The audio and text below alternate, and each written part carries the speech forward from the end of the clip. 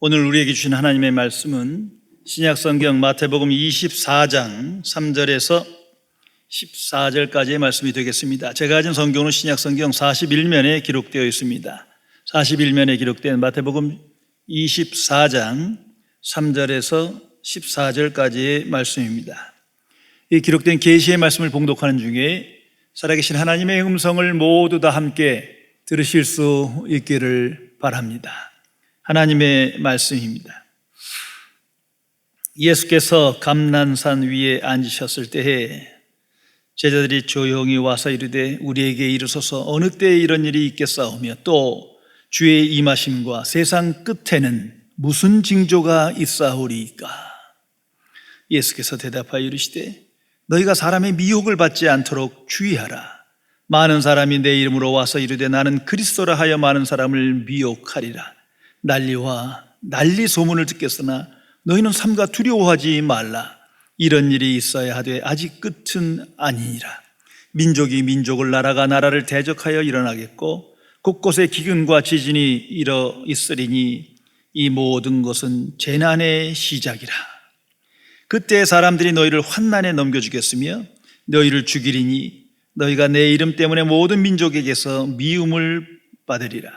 그때 많은 사람이 실족하게 되어 서로 잡아주고 서로 미워하겠으며 거짓 선지자가 많이 일어나 많은 사람을 미혹하겠으며 불법이 성함으로 많은 사람의 사랑이 식어지리라. 그러나 끝까지 견디는 자는 구원을 얻으리라. 이 천국 복음이 모든 민족에게 증언되기 위하여 온 세상에 전파되리니 그때야 끝이 오리라. 아멘. 저명한 신학자였던 폴 틸리 박사가 쓴 흔들리는 터전이라는 책에서 인간은 두 개의 질서 가운데 살아가고 있다고 제시하고 있습니다. 첫째가 인간적, 정치적, 역사적 질서입니다. 이 질서는 성장과 사멸의 질서이며 죄와 벌의 질서이고 유한성과 죄의 질서라는 것입니다. 소위 인간의 역사를 말하고 있습니다. 두 번째는 역사의 질서를 넘어서는 하나님의 질서입니다. 이 질서는 역설적입니다. 하나님의 질서는 약한 자가 가장 강한 자이고 가장 업신여김을 받는 자가 가장 큰 승리를 거두는 자입니다. 역사적인 질서를 십자가에 달리신 구세주에 의하여 극복하는 질서를 말합니다. 이것은 하나님의 역사를 의미하는 것입니다. 역사학자인 토인비 박사는 인류 문명을 비교해서 역사를 연구한 유명한 분입니다. 역사의 연구를 하는 책을 12권이나 저술한 그런 분입니다. 그 책에서 그는 분명히 선언하고 있습니다. 처음에는 하나의 문명이 시작되어 전성기를 이루었다가 반드시 이유가 있어서 망한다. 이것이 역사의 진행입니다. 역사 속에 주어진 계시의 사인입니다. 바벨론이 그랬고 애굽이 그랬고 아시리아가 그랬고 페르시아가 그랬고 로마가 그랬고 계속 그런 일이 역사 안에 진행되고 있습니다. 그리고 그는 결론으로 이렇게 말합니다. 하나님의 심판은 연자맷돌과 같아서 천천히 돌지만 골고루 먹힌다. 역사 안에 하나님의 심판이 명백히 나타나고 있음을 사건으로 확신하고 역사 의식을 우리에게 전해주고 있습니다. 성도 여러분, 인류의 역사는 어떻게 진행되고 어떻게 될 것이라고 예측하며 살아가십니까? 우리는 역사 안에 있는 존재입니다. 이 세상은 어떻게 될 것 같습니까? 이 세상에 끝은 있는 겁니까? 끝이 있다면 끝의 징조란 무엇입니까? 그리고 언제 끝이 날 겁니까? 이 질문의 답을 그리스도인만은 확실히 알고 살아가야 합니다. 예수님을 믿는다는 것이 그 말씀입니다.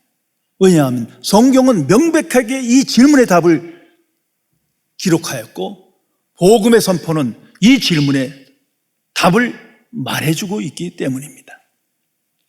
우리는 세상 안에 살아가는 존재예요. 역사적 존재예요. 그것이 인간의 실존이에요. 그런 거로 이 세상이 어떻게 되어가는 것이고 그 끝이 무엇인지를 알아야 세상에 대하여 바른 인생을 살아갈 수 있습니다. 많은 사람들은 말합니다. 이 세상에 유토피아가 일어날 것이다. 이 세상이 낙원이 될 것이다. 또 어떤 사람들은 이 세상은 좋은 세상으로 진화되고 진보되고 있다. 인간의 과학기술 문명으로 인해서 계속해서 나아지고 있다. 또 어떤 사람은 개혁과 개선을 통해서만 좋은 세상이 이루어진다. 정의로운 세상, 공의로운 세상이 이루어지고 있다. 또 어떤 사람은 세상에 평화가 올 것이다. 궁극적으로 평화가 임할 것이다. 이런 기대로 인류는 가득 차 있습니다. 그 위에 종교라는 게 생기는 거예요. 거기다 맞장구 치면 되는 거예요. 세상의 평화. 이 세상이 공의로운 정의로운 사회가 될 거다. 그 위에 종교가 씁니다. 또한 이런 일을 주창하면서 사상가, 정치가들이 나타나는 거예요. 그런데 성경은 그렇게 말하고 있지 않습니다. 오히려 인류의 기대와는 정반대를 선언하고 있습니다. 세상은 반드시 끝이 있으며 끝으로 갈수록 더욱더 나빠질 것이며 정의와 공의와 평화는 절대 구현되지 않을 것이다. 그 마지막은 심판이다. 이 하나님의 선언입니다. 성도 여러분, 이 세상에 대해서 한번 잠시 생각해 보세요. 외형적으로는 분명 진보하고 성장하고 있습니다. 과학, 기술, 문명, 사회, 문화, 지식 분명히 진보하고 성장하고 있습니다. 외형적으로 말입니다. 한마디로 몸이 편해지는 그러한 세상을 살고 있어요. 쉽게 여행하고 원하는 걸 쉽게 가질 수 있고 그러한 편리한 세상으로 나아가고 있는 관점에서 진보와 성장은 맞습니다. 그러나 내적으로는 나빠지고 있는 거예요. 점점 악해지고 있습니다. 인간의 탐심과 정욕과 이기심은 아주 극대화가 되고 있습니다. 간단한 예로 이웃사촌이란 말 이제 들어보기 어려워요. 이웃사랑, 이타적인 인생, 희생과 헌신 이것을 가르치지 않아요. 자아 성취를 말하는 그런 세상이에요. 점점 인간은 나빠지고 있는 겁니다. 그런 거로 이 세상의 변화에 속지 말아야 합니다. 외형적으로는 좋아지는 것 같으나 편리한 세상이 되는 거예요. 몸이 편한 거지만 내적으로는 나빠지고 있습니다. 왜 이런 일이 있습니까? 성경만이 답을 줍니다. 온 세상과 인류가 죄의 권세 아래 있기 때문이에요. 사탄의 권세 아래 있기 때문입니다. 쉽게 우리는 이렇게 질문할 수 있습니다. 오늘 현대를 통해서 정말 하나님을 경외하고 온 마음으로 하나님을 사랑하고 하나님께 순종한 사람이 얼마나 있는 겁니까? 점점 없어지고 있거든요. 오히려 그냥 명목적인 신앙생활하며 맹목적인 종교생활하며 더 나아가 하나님과 멀리 나아간 인생들이 무수히 많습니다. 그것이 그 증거입니다. 교훈적인 이야기를 전해드리겠습니다. 동물들이 많이 살고 있는 어떤 숲에 흑사병이 유행하게 됐어요. 그러자 동물들은 공포에 휩싸였고 그때 동물의 왕인 사자가 비상회의를 소집하였답니다. 하늘이 흑사병을 내린 것은 우리의 죄 때문이다 하면서 가장 죄를 많이 진 자를 희생제물로 삼아야 이 무서운 질병이 없어질 거다 이렇게 선언하고 우리가 각자의 죄를 고백해야 한다 하며 자기 죄를 먼저 말합니다. 나는 며칠 전 염소를 잡아먹었다 하니까 약삭빠른 여우가 사자님 그건 죄가 아닙니다. 염소가 많으면 오히려 초원이 없어집니다. 그거 잘하신 겁니다. 그리고 제법 힘이 있는 짐승들이 표범, 늑대, 곰 순서대로 자기 죄를 고백합니다. 다른 동물도 듣고만 있습니다. 마지막에 가서 가장 힘없는 순진한 노새의 차례가 됐어요. 노새는 말합니다. 내가 너무 배가 고파서 남의 밭에서 자란 풀을 몰래 뜯어먹은 적이 있습니다. 그러자 동물들이 일제히 손가락으로 노새를 가리키며 말했답니다. 너는 유죄다. 네가 가장 큰 죄인이다. 성도 여러분, 내 죄를 애통하는 마음으로 회개하지 아니하고 남의 눈에 티를 뽑고자 하는, 남의 죄를 비난하고 정죄하는 한 세상은 계속 나빠질 수밖에 없는 겁니다. 이게 죄의 문제가 해결되지 않았기 때문이에요. 죄의 권세에서 더욱더 나빠지고 있다는 것을 인식해야 합니다. 20세기에 대표적인 사건, 그 재난을 보면 작고 큰 전쟁이 수백 개가 있었어요. 이 대한민국에도 6.25 전쟁도 있었고 또 일제시대 전쟁도 있지 않습니까? 수백 개가. 그런데 이게 19세기에 비하면 2배예요.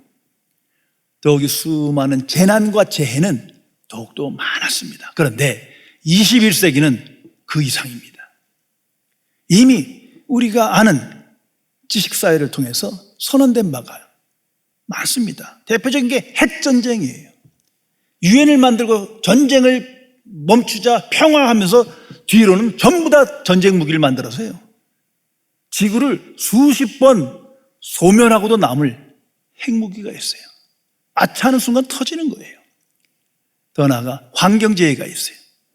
무분별한 개발과 도시화로 인해서 이 자연을 파괴함으로 지금 온 지구가 들끓고 있어요. 그대로 직면해야 합니다. 또한 불평등, 이건 멈출 수가 없어요. 과거에는 그냥 무관심 속에 넘어갔지만 이제는 빈부의 차이 가만히 있지 않아요. 오늘 대한민국에서 보는 거 그거 아닙니까? 또한 인종의 차별, 엄청난 무리들이 들고 일어나요. 그런데 이건 답이 없어요. 계속될 거예요.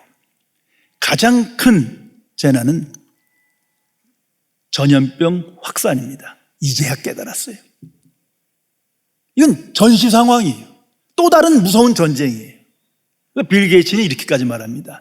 테러리스트가 나쁜 바이러스를 악한 의도로 퍼뜨리면 순식간에 수억 명이 죽을 거라고요. 테러리스트는 항상 있는 거거든요. 이것이 오늘 우리가 사는 세상입니다. 세상이 어떻게 될 것 같습니까? 어떻게 되어가고 있습니까? 분명히 인식해야 합니다. 성경은 선언합니다. 이 세상엔 유토피아도 없고 정의, 공의, 평화 없다 선언합니다. 그 이유가 뭡니까? 죄 때문이에요. 죄로 인해서 불신앙으로, 불경건으로 불의를 저지르고 증오와 복수와 원망과 비난 속에 이 땅엔, 이 세상엔 평화는 없는 겁니다. 여기에 사탄의 역사가 있다는 것을 알아야 합니다. 기독교 안에서도 이 사회복음, 소셜 가스펠이라는 것이 널리 퍼져 있는데 이게 속는 거예요. 왜냐하면 예수 그리스도의 이름을 말하면서 이웃사랑을 전념해야 한다. 맞죠? 가난한 사람을 돕고 병든 사람과 함께하고 소외된 자를 돕고 결국은 이렇게 함을 통해서 좋은 세상이 될 것이며 더 나아가서 개혁과 개선을 통해서 더 나아지는 세상이 될 것이다. 이것이 기독교의 책임이다. 선언은 좋지만 죄의 문제가 해결되지 않으면 세상은 점점 나빠지는 거예요. 이건 있을 수 없는 것을 자꾸 선언함으로써 기독교가 위기를 직면합니다. 이건 복음에 대한 무지요 왜곡이에요. 이건 복음의 역사가 아닙니다. 이게 분명히 분별해야 합니다. 오늘 성경 본문에 보면 특별히 24장 전체를 통해서 말씀하시지만 제자들이 묻습니다. 주의 재림이 언제 오니까? 더 나아가서 세상 끝에 징조가 무엇입니까? 세상이 어떻게 될 것 같습니까? 어떻게 진행되는 겁니까? 거기에 대한 답을 예수님께서 선언하십니다. 세상은 끝이 있다. 그 끝에는 재난과 전쟁과 기근이 일어날 것이다. 많은 거짓 선지자가 일어나서 사람들을 미혹해 하리라. 더 나아가 불의가 성행하고 사랑이 식어 나쁜 세상으로 치달을 것이다. 분명히 말씀합니다. 성도 여러분, 이것이 복음이에요. 사람들의 기대, 인류의 소망, 여기에 편협해서 그 소원을 들어주는 그런 거짓 환상, 낙관주의를 주는 것이 아니라 복음은 하나님의 주권과 통치와 뜻을 명백하게 전하는 것입니다. 그리고 왜 이런 일이 일어날 것이며 왜 이런 일을 어떻게 우리가 치유할 것인가를 선언하는 것입니다. 예수님, 이 세상 더 악해질 것이다 말씀합니다. 결국은 심판이 올 것이다. 오늘 본문과 24장을 통해서 자세히 말씀하고 계십니다. 성도 여러분, 바로 그 속에서 복음의 역사가 있는 겁니다. 죄의 권세 안에 그 속에서 복음의 빛이 나타나는 거예요. 오직 그 복음을 믿음으로 모든 것이 뒤바뀌고 세상에 대해 초연한 삶을 살며 하나님 나라를 향한 삶으로 구원받는 거예요. 영혼 구원이 일어나는 겁니다.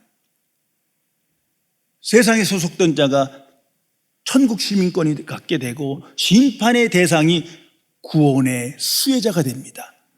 이것이 복음의 역사예요. 다시 말해서 복음이 나타나고 성령 충만하면 세상이 개선되고 개혁되고 공의, 정의, 평화가 일어나고 세상에 유토피아가 이루어지고 이거 아니에요. 절대 아니라는 것을 분명히 인식하며 오늘을 살아가야 합니다. 갈라디아서 1장 4절에 이렇게 말합니다. 이 악한 세대에서 우리를 건지시려고 자기 몸을 주셨다. 십자가의 복음이 왜 일어났느냐? 이 세상은 점점 악해질 거예요. 이 악한 세상에서 세상 풍조에 휩쓸려 멸망으로 갈 수밖에 없는 그러한 인간을 구원하시기 위해서 십자가를 지셨다 선언합니다.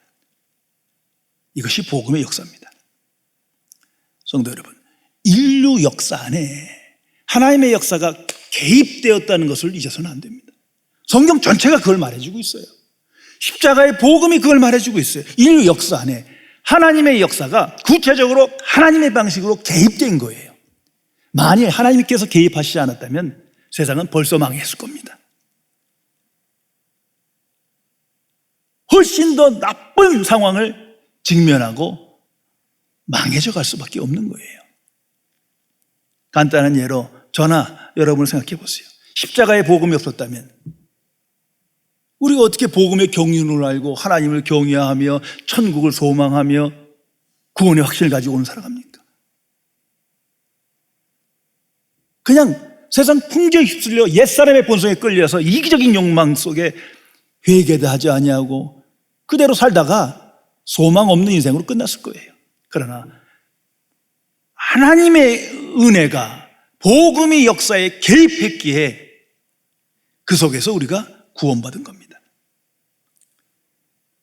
그런 거로 이 세상의 재난과 전쟁과 기근과 질병과 수많은 이 고통 속에서 그리스도인은 구원받은 자는 절대 두려워해서는 안 됩니다. 그래서 예수님께서 이 말씀을 주신 거예요. 왜? 그건 있어야 할 일이에요. 예수님 보시기에도 하나님 보시기에도 있어야 될 일이에요. 죄의 권세 아래 그건 하나님의 심판으로 있어야 될 일이에요. 그러니 당연한 일이기에 그 복음의 경륜을 알기에 두려워하지 않는 거예요. 그 믿음 속에서 세상이 나를 주관하지 못하게 됩니다.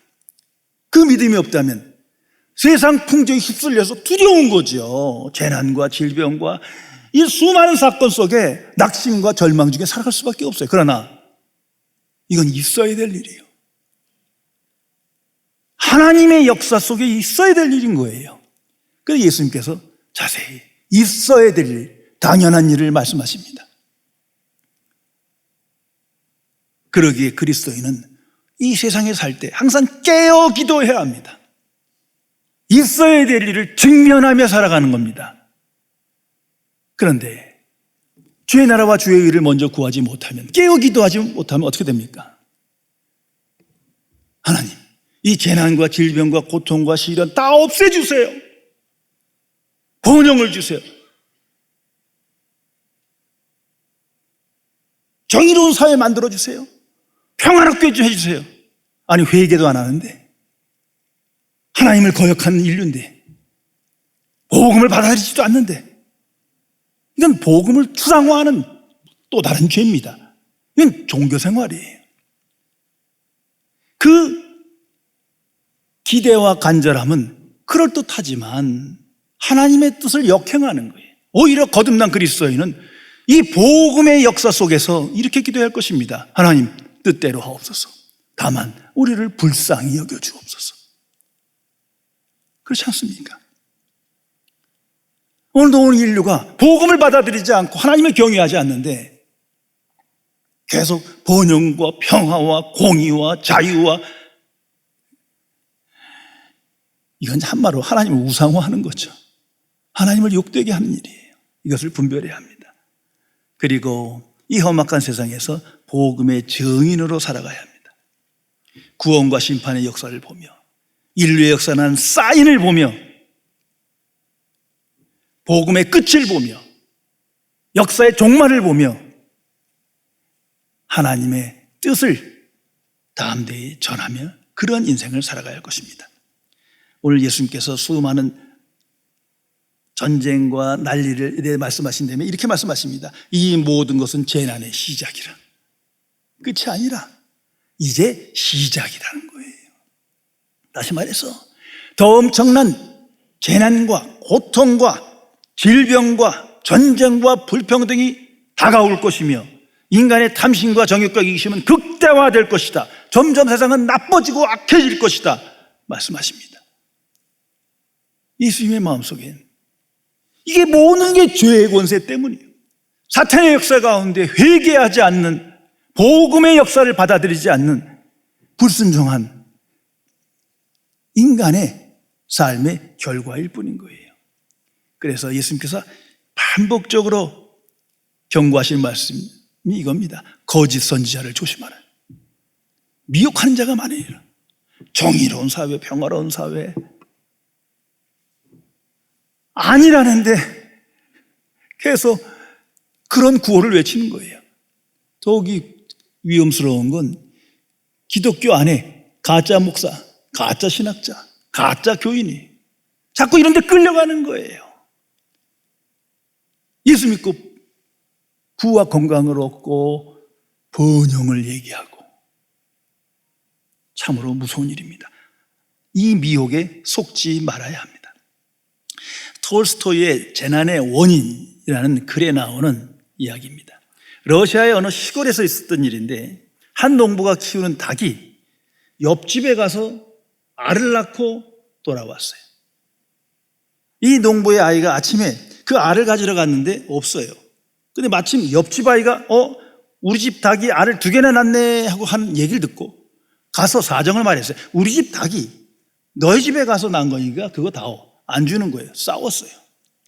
이 이야기를 들은 농부가 옆집에 가서 따졌어요. 이게 싸움이 났어요. 이러한 다툼과 싸움이 수주간이 계속됐답니다. 그러다가 이 농부가 밤에 몰래 화를 못 이겨서 그 옆집에 불을 질렀어요. 근데 그 집만 불탄 게 아니라 자기 집도 불나고 있는 걸 봐요. 알고 보니까 동시에 농부가 서로 불을 지른 거예요. 활활 모든 것이 다 타버립니다. 급하게 불을 피해 나온 이 두 가족이 불타는 집을 보며 눈물을 흘리며 이렇게 말합니다. 고작 달걀 하나뿐이었는데, 고작 달걀 하나뿐이었는데 일이 이렇게 되어버렸구나. 성도 여러분, 가정에서, 사회에서, 이웃에서 두 사람이 서로 싸우고 다투고 반목하고 폭력을 행하는 한 그 문제는 세계의 문제입니다. 그건 인간의 문제이기 때문이에요. 민족과 민족, 나라와 나라, 온 세상에 이런 일이 일어나는 거예요. 죄가 있는 곳에 재난은 시작되는 것이고 더 악한 상황으로 치달을 수밖에 없는 것을 예수님께서 말씀하십니다. 바로 그곳에 꼭 필요한 게 뭡니까? 복음이에요. 죄의 문제를 해결하는 건 오직 복음밖에 없어요. 복음의 절실성이 요구되는 겁니다. 여기에 그리스도인의 소명이 있습니다.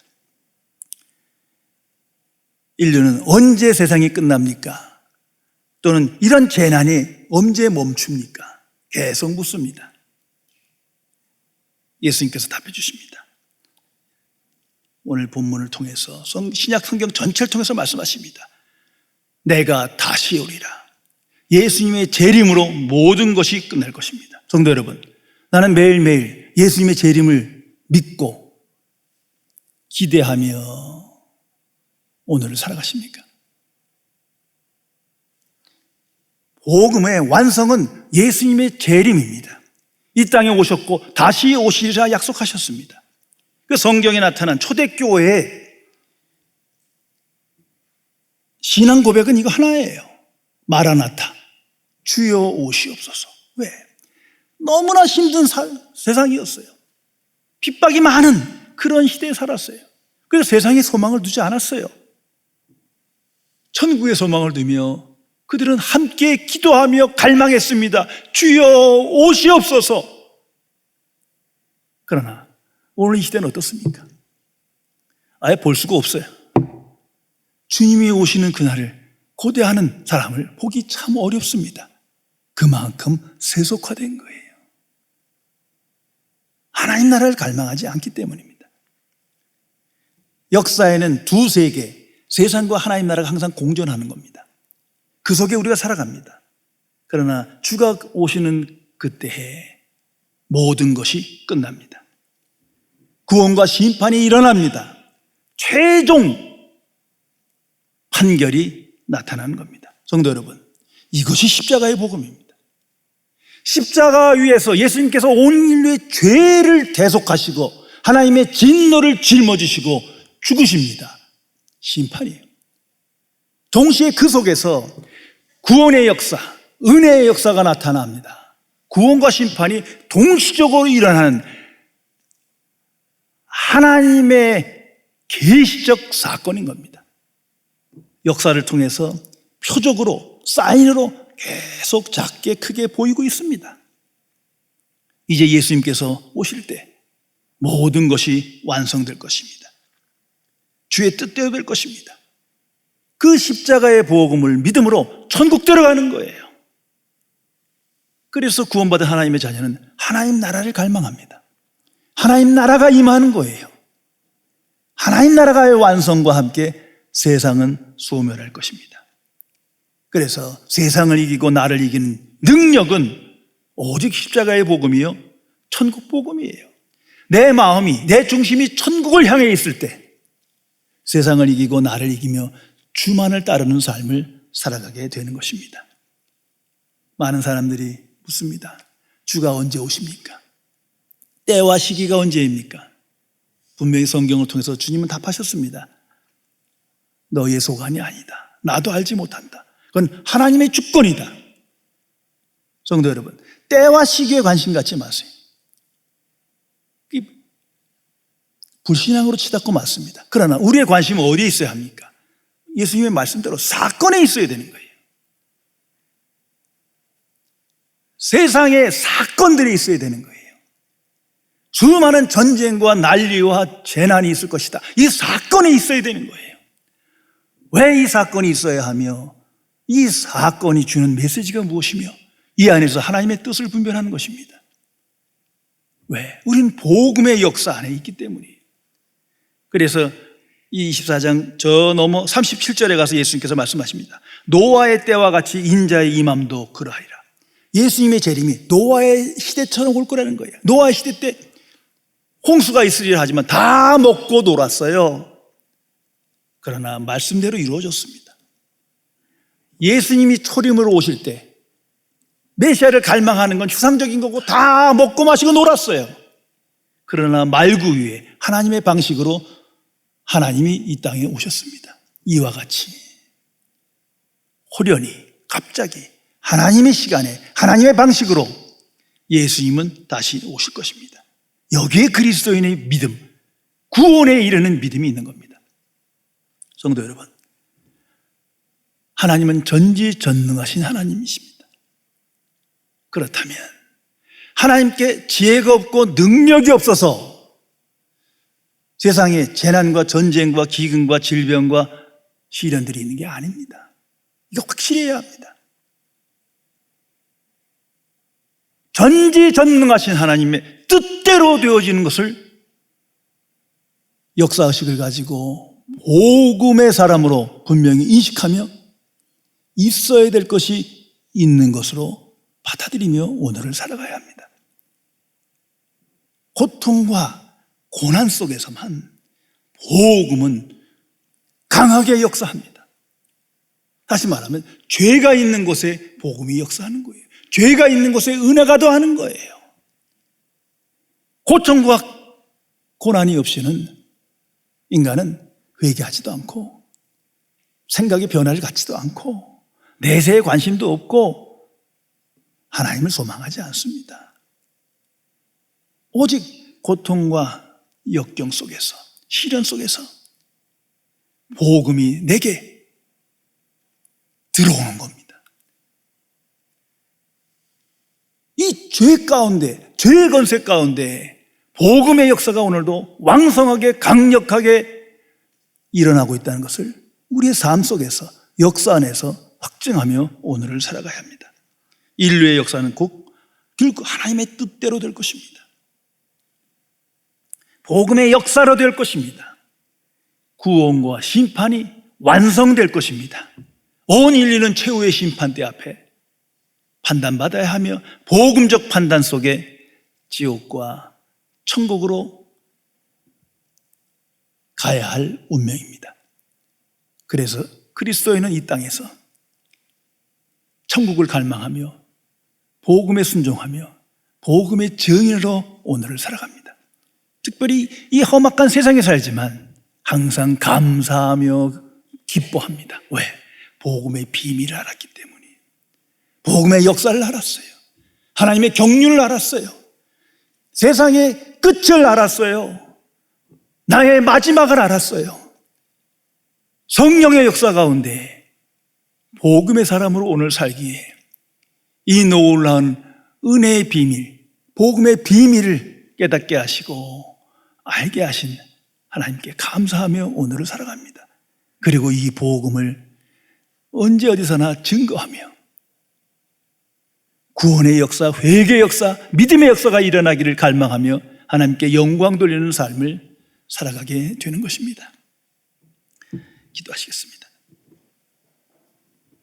전지전능하신 은혜 하나님, 미천한 죄인에게 영광의 복음, 십자가의 복음을 듣고 믿게 하시어 그 복음의 비밀을 깨닫고 복음의 경륜 안에 깨어지며 복음의 역사에 살아있는 증인으로 세상을 향하여 승리하는 삶을 살게 해주심을 진심으로 감사드립니다. 이 놀라운 복음의 역사 앞에 온 마음을 다하여 하나님의 은혜와 진리를 전하며 천국 복음의 증인으로 살아야 하건만 아직도 복음의 가치와 능력을 알지 못하고 여전히 세상 풍조에 휩쓸리어 잘못된 역사의식 속에 세상 중심의 삶에서 벗어나지 못하는 죄인을 불쌍히 여겨 주옵소서.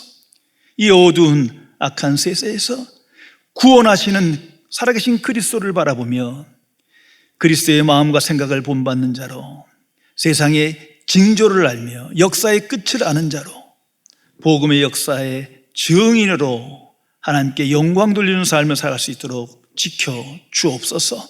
우리 주 예수 그리스도의 이름으로 간절히 기도드리옵나이다. 아멘.